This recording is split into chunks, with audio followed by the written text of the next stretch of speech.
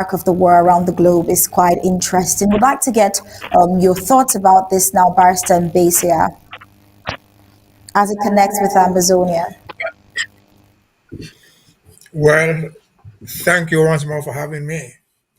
If there's anything we can learn from what is going on in the Middle East in particular, we Amazonians must acknowledge or try to understand that we are in the similar circumstances, exactly the same circumstances. The war between Israel, a potential war between Israel and Iran, is only based on Israel and Palestine. Iran does not share any borders with Israel. Nowhere do they share borders with Israel.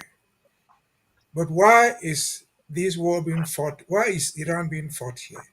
It's simply because Iran supports Palestine. And what is the Palestinian problem is exactly like what we have. Palestine was one of those Ottoman states that was seized after the First and Second World War. Palestine was given to the UK to administer.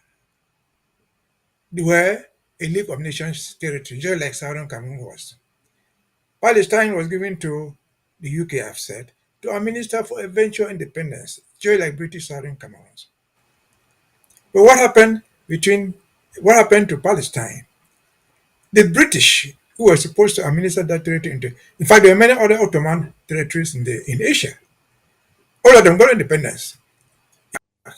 All these monarchies up there, they all had independence, except Palestine. Just like all other territories in Africa given to the UK had independence, except Southern Cameroon. And so when time came for independence, the British colluded in 1917 in Resolution 181 to create the State of Israel inside Palestine. And so come forward 1948, they created the State of Israel inside Palestine. How did they do it? They demarcated a territory there called Israel. Because the Israelis have been wondering, we are doing the Bible for 40 years in the desert and so on and so forth. They demarcated a territory there which they created for Israel, removed the Palestinians who were living there, dispersed them around the world. And so, since the creation of the State of Israel in 1948, Israel has been at war with the Palestinians. It does not end there. When they created the State of Israel, Mr. Trump was just about 1.5 years old. It was born in 1946. And so he has come to the president meeting the same problem there, and they think they can solve it with war. They will not solve it with war. Just like giving us like people to Cameroon, war will not solve that problem. And so you find what is going on in Palestine, in Israel, and Iran. I've said they don't have any borders. What is the problem with Iranian having nuclear weapons? What is a nuclear weapon? A nuclear weapon is not an offensive weapon. It is a defensive weapon. If North Korea has nuclear weapons, India has, Pakistan has, the United States has tons of them. Israel even has. What is the problem if uh, if Iran also has its own nuclear weapons? They don't want them to have it because they don't want them to have any defense. Because once they had their nuke right now, those sort of bombs will not happen because they would retaliate. And a nuclear weapon is not anything that you can defend against it. It will kill everybody there, it will decimate everybody. And so the problem in Palestine, I don't want to limit myself to Palestine, Israel and Iran, because it is so similar to us. And now, if you see what's going on now, just within the past few months, we heard from the United States and Israel telling uh, Iran for total surrender to disarm.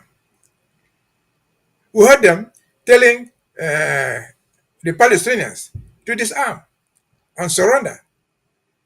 But as we speak today, after all those warnings, have they disarmed? Certainly not. Has Iran surrendered? Certainly not. They claim to have bombed their nuclear websites. Well, their sites. Is it true? I doubt. Because they're still standing there. Iran is still standing there. Iran is such a very big country. You cannot go and throw bombs on it without any justified cause. And so again, it is very much like ours. In the last 1 year or so, since the war started between Israel and the Hamas, what happened? They've indicted Netanyahu at the ICC. It first started with the part resolution. Netanyahu, the prime minister of Israel, would tear them publicly. He tear them in public and say they were worth nothing. Now that he has been indicted, you see them, the Americans, the British, all their allies are crying foul. Well, the ICC has a meaning because Netanyahu will not venture to go to South Africa, for example. That's part of that resolution. Or anywhere, they will arrest him. And so back to the issue, why is our matter not important? Why are they not acting the same way like us? It is not because Israel has some gold, has some oil. In the whole Middle East, there's oil everywhere. In Saudi Arabia, in Iraq, in Iran. There's no oil in Israel. Absolutely nothing. Their budget is being financed by the United States. But why have they developed this interest to go bombing their own enemies? Whoever they think is a foe is an enemy of the Israelis around the world. They'll come and bomb you. Here's something anti-Semitic stories. Why are they developing this interest on Israel and not a similar interest on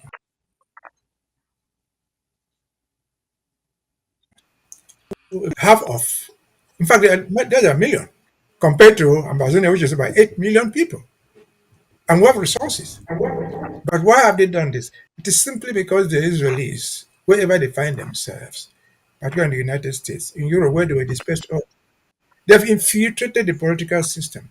They have control over the political system. Not physical control, you can do everything. For example, you cannot go on any social media, on any American media, call it CNN, and talk bad of Israel. Because they control that media, or Fox News, they control that media.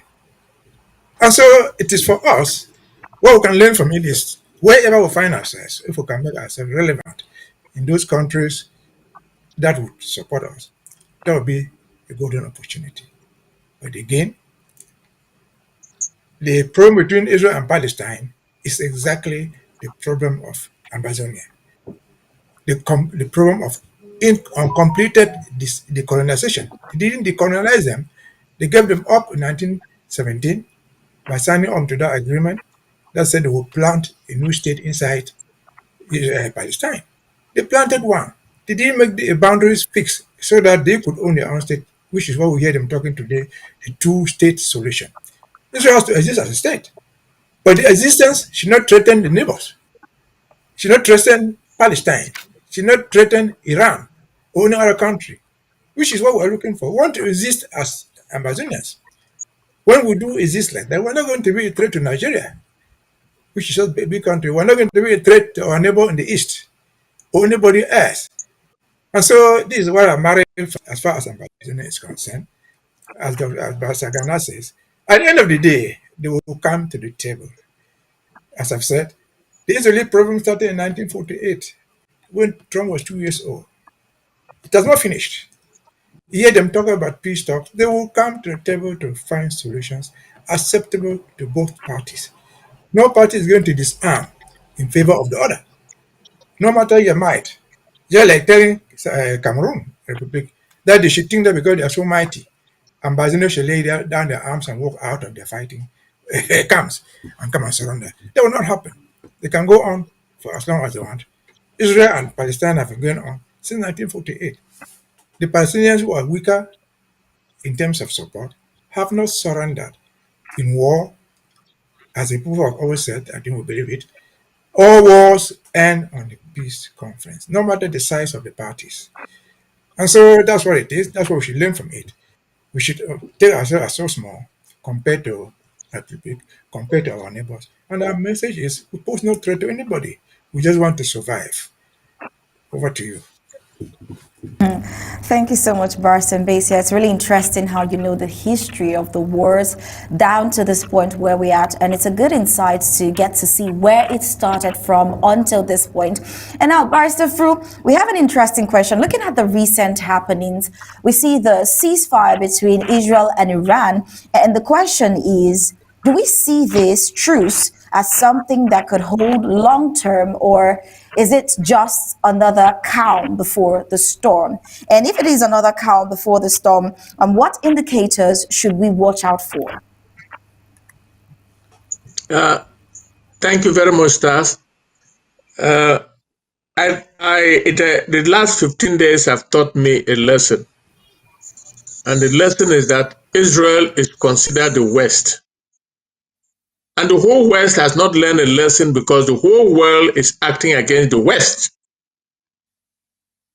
Their only farm, the farm that the West has, Africa, is moving. It's moving very rapidly and the West is panicking. Having said that, let's examine why Israel, unprovoked, 12 or 15 days ago, carried his warplanes and bombed Iran, a sovereign country, in violation of international law.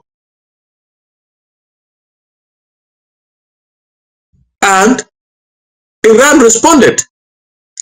What happened?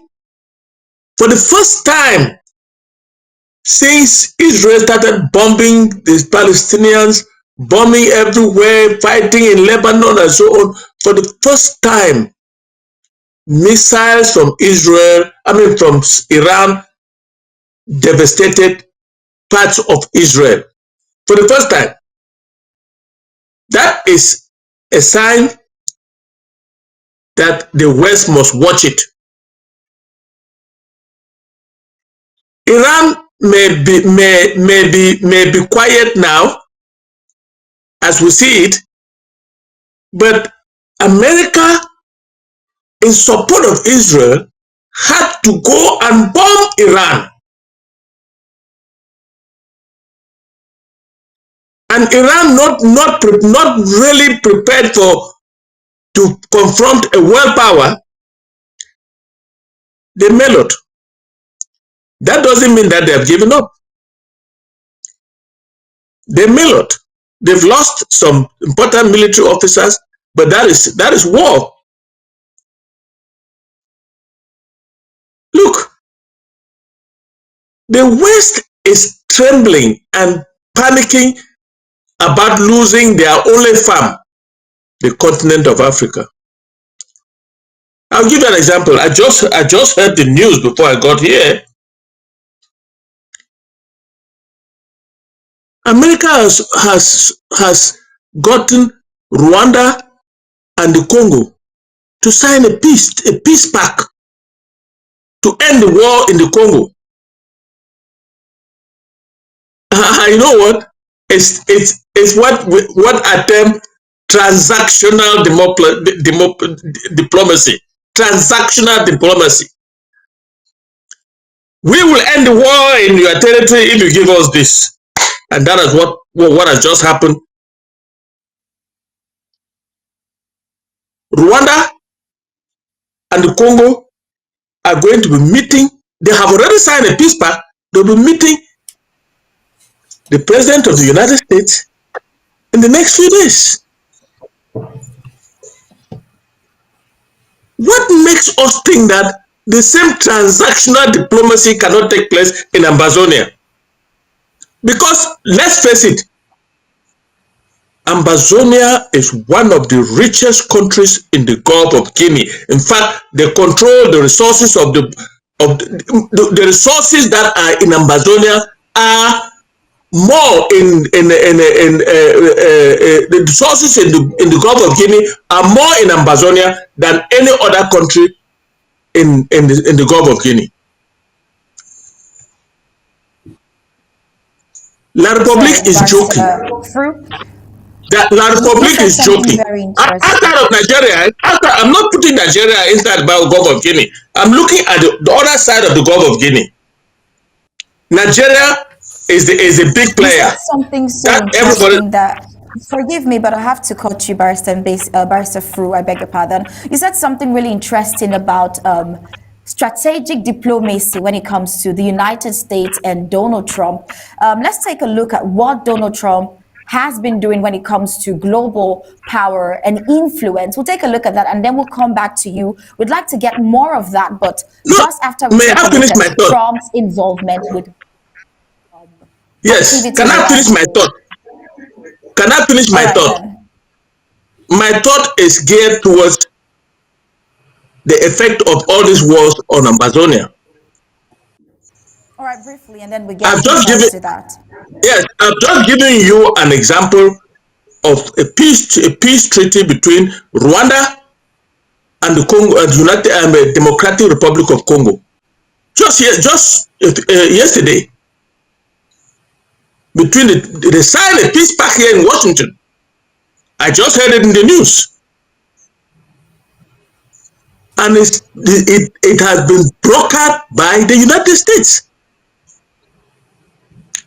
in what I will term transactional diplomacy.